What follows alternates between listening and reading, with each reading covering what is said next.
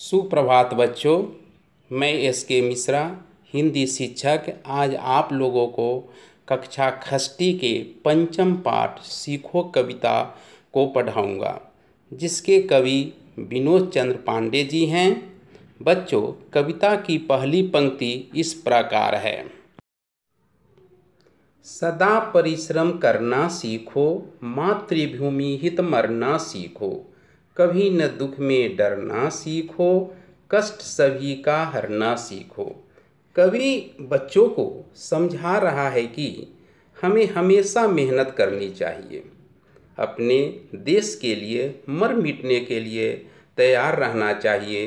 दुख पड़ने पर भी डरना नहीं चाहिए, बल्कि दूसरे को कोई तकलीफ हो तो उसे दूर करने का प्रयास करना चाहिए। बच्चों, यहाँ परिश्रम का अर्थ है मेहनत, हित का अर्थ है लिए। अगली पंक्ति है, अपने पथ पर बढ़ना सीखो, गौरव गिरी पर चढ़ना सीखो, अच्छी पुस्तक पढ़ना सीखो, चरित्र समुज्ज्वल गढ़ना सीखो। कवि कह रहा है कि बच्चों को अपने सही रास्ते पर आगे बढ़ना चाहिए, जो बड़े बुजुर्गों ने समझाया है।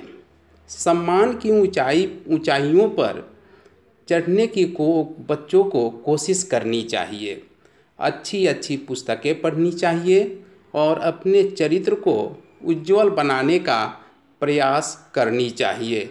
बच्चों, यहाँ पथ का अर्थ है राह, गिरी का अर्थ है पर्वत, चरित्र का अर्थ है चरित्र अर्थात कैरेक्टर, समुज्ज्वल का अर्थ है चमकदार उजला, गढ़ना का अर्थ है बनाना। पंक्ति है, मीठी बातें कहना सीखो, हंसकर दुख सुख सहना सीखो, स्नेह सिंधु में बहना सीखो, मिलजुल से रहना सीखो। कवि ने बच्चों को समझाया है कि बच्चे जीवन में सदा सबसे ऐसी मीठी बातें कहें जो सुनने वाले के मन को प्रसन्न कर दे। सुख दुख जो कुछ भी आए उसे हिम्मत के साथ हंसकर स्नेह प्रेम के सागर में बहे, अर्थात सबको प्रेम बांटे और सबके साथ मिलजुल कर रहे। बच्चों, स्नेह सिंधु का अर्थ है प्रेम का सागर।